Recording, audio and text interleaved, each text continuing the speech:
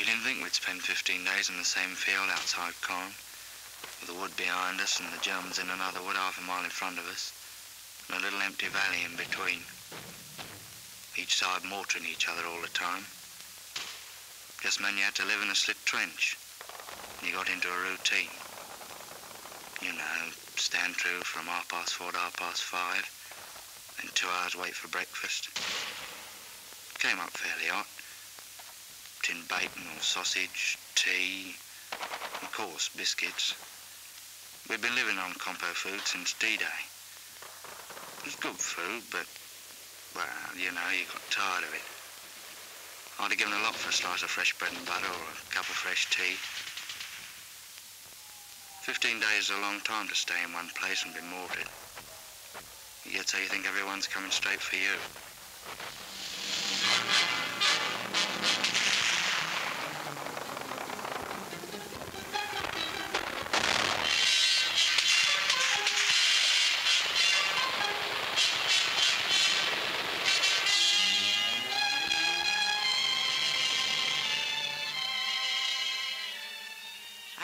Every case we ever had, especially the first one.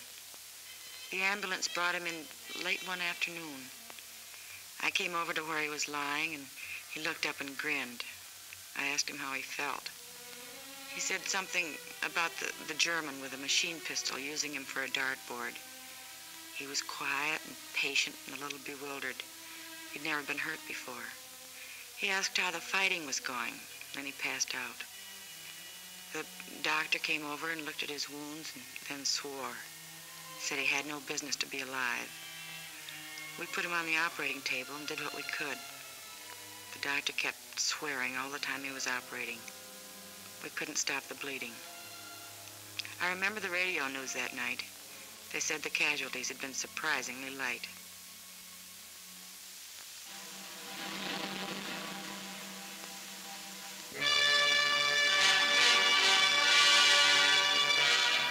They said the whole thing was dear old Winston's idea. A collapsible pre-fabricated harbour with everything on it except a naffy. Well, I wouldn't put it past him. It's the sort of idea he would have. Worked in the end. Mulberry, they called it. Well, I felt pretty good about it because I'd watched it grow right from the sinking of the first ships for the outer breakwater. And further along to the west, the Yanks had brought one over too. Then on D+13, I think it was, an onshore wind started up. Not much at first, but it got worse. And unloading onto the open beaches got very tricky. We heard that over on the Yank section, the other harbour had been put right out of action. And when the wind dropped, old Mulberry looked pretty sick. And up to that time, it was the only bleeding harbour we had. At the green tip of Normandy, the town of Cherbourg lay, a harbour for supplies. Our need for ports was vital as our breath. The German knew our lack and swiftly drew his forces into tight defensive groups so to contest the issue. All our plans turned upon Cherbourg. All our strategy waited upon its empty docks and piers.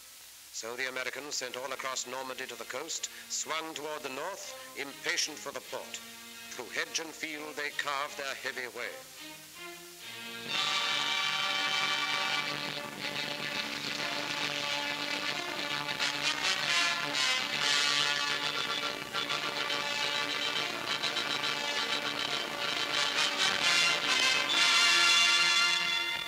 Remember back now when it seems like we took Cherbourg a couple of days after we hit the beach. Actually, it took 19 days to cover 30 miles. 30 miles and about 92,000 hedgerows, and a battle at every hedgerow.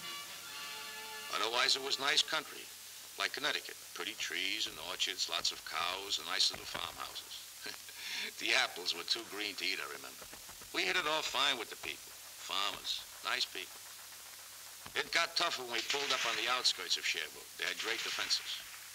Then the artillery really carried the ball. For 3 days, we sucked it to them. Sometimes we were pouring in at point-blank range over open sights.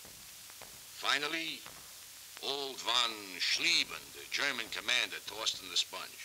That's after telling his men to fight to the death. We took Cherbourg on June 25th. Everything was rosy except the harbor we come from. The Jerrys had really smeared that harbor. But right away, our guys went to work cleaning it up. And the way they tore into it, you could see that pretty soon it'd be waiting for us fine. Then, well, we fought our way up the peninsula. Now we'd have to fight our way out of it.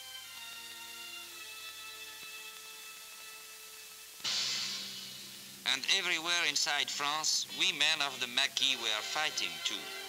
I was in the north myself. We cut telephone and telegraph and high-tension lines, and eventually when the Allies landed, we fought in the open. In the Savoy Mountains, our friends held up German convoys. Well, it was a little easier in the mountains. Boche reinforcements were delayed for many days. Factories and bridges would frequently disappear. But the price we paid for it was frightful.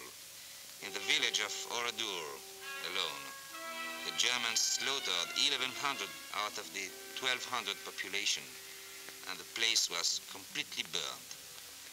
They were accused to have ambushed German troops.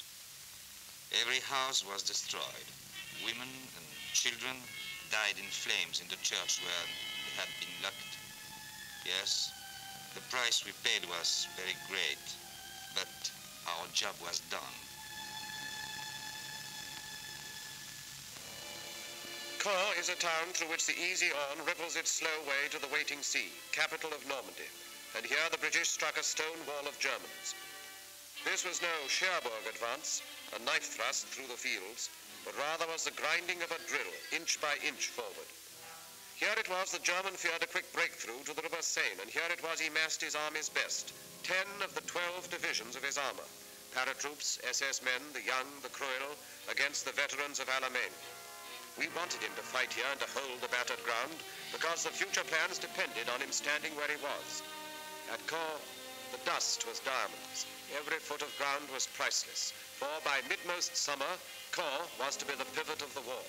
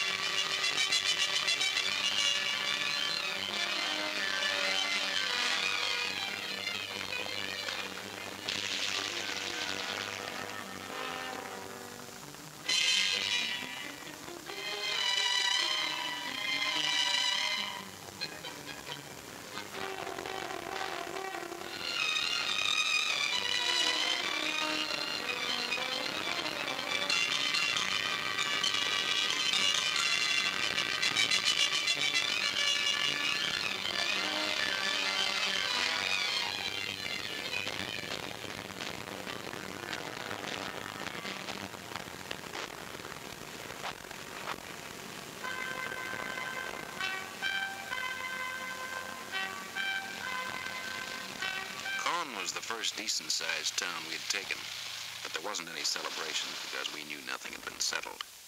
Jerry was as strong as ever. One of the men said, "God, are we going to have to go right across the world doing this to beat them?" Because most of Caen was dust, just plain dust. I wondered what Hamilton back home in Canada would look like after a beating like that. Well, anyway, our tanks and the British started massing and moved south out of the city. We knew there was a big dude coming up.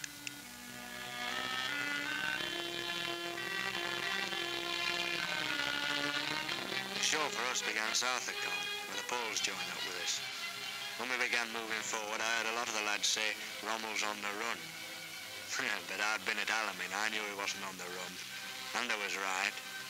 There was nothing lovely about the battle south of Caen.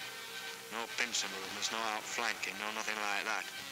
Just an hard, bitter, bloody slogging match. We had to stay there and give as good as we got, even if we couldn't give better.